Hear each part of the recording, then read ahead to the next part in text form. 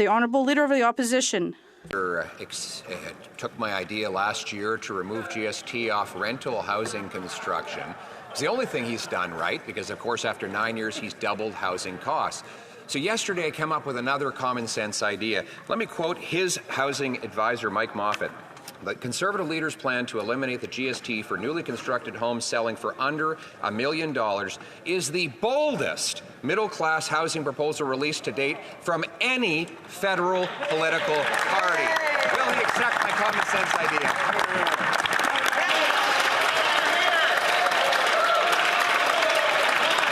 The Right Honourable Prime Minister. Over the decades, Canadians learned the hard way. With Conservative promises, you always have to check the fine print. And the fine print on this one is they're going to cut the investments we're making across the country, working with municipalities to cut red tape, to invest in more housing, to invest in more affordable homes, to accelerate permitting and create densification. He's going to cut the services and programs and investments that Canadians are counting on to solve this housing crisis. That's all he offers, Mr. Speaker, cuts to the programs and supports that Canadians need. Whether it's the Housing Accelerator or housing and infrastructure investments, he's going to build slow homes. The Honourable Leader of the Opposition. He named the two bureaucracies I'll get rid of. One is ironically named the Housing Infrastructure Fund, $5 billion. How many houses is it built? Zero. How many pieces of infrastructure? Zero. Can you even apply for money for it? No. It's just for bureaucrats. Then there's the Housing Accelerator Fund, which his own Liberal housing minister says the fund doesn't go towards the cost of building houses. It doesn't actually lead to the construction of specific homes. The Housing Accelerator Fund doesn't actually directly build homes. So why not take the money, axe the tax, and build the homes? The Right Honourable Prime Minister. Mr. Speaker, the Leader of the Opposition is intending to cut the Housing Accelerator Fund, which is all about creating densification across our communities, accelerating the permitting and cutting red tape, using more public lands, creating more opportunities for public land to be used for the creation of affordable homes. It's about changing the way homes get built so they get built faster and more accessibly for Canadians. He's about cutting the programs and the services that Canadians rely on. That's what Canadians have learned about Conservative promises. Got to look at the fine print, and the fine print is cuts to things Canadians need. That's right. The Honourable Leader of the Opposition. Cuts to taxes Canadians pay, Mr. Speaker.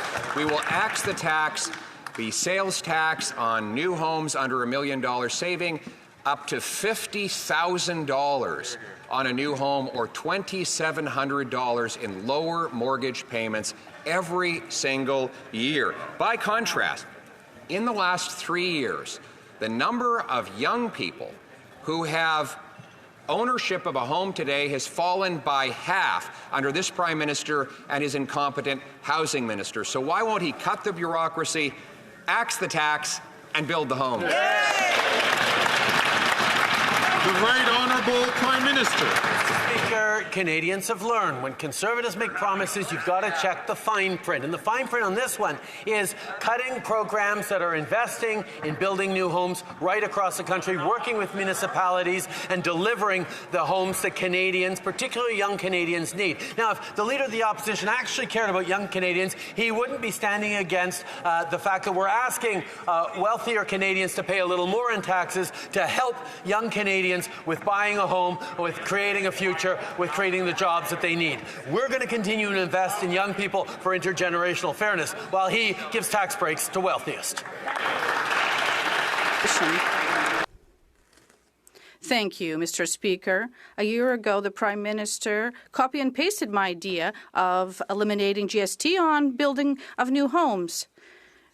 But that's the only thing he did because it has just driven up costs. Yesterday, I proposed eliminating GST on houses under $1 million, and the housing advisor of the PM, Mr. Mike Moffat, said that it's the most audacious proposal for middle-class housing ever proposed by a political party. Will he accept my idea? The Right Honourable Prime Minister.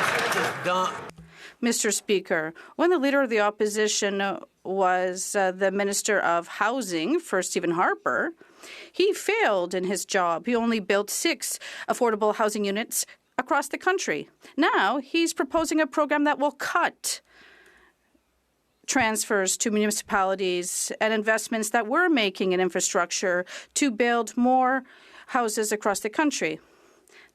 It's cuts to programs and services that Canadians are counting on, that the Conservatives are offering, and we are investing to build homes across the country for Canadians. The Honourable Leader of the Opposition, we're proposing to eliminate the GST on houses under $1 million, and this will save $25,000 on the purchase of a home, an average home in Quebec. That's a reduction of $1,000, $300 on mortgages per year. Will the PM send this money to his program? And even his minister saying his program is not building homes. Will he accept my program to cut bureaucracy and taxes to build new homes? The Right Honourable Prime Minister, Mr. Speaker, what the Conservative leader wants to cut is the $900 million that we're sending to Quebec for the Housing Accelerator Fund to build homes across Quebec and the country. He wants to cut and remove $900 million that we're sending to Quebec to build more homes, to solve the challenges that Quebecers, and particularly young Quebecers, are facing. His solution isn't one because it always involves cuts to services and investments in programs that Canadians need. It's not cuts and austerity that Quebecers want. They want investment in a better world.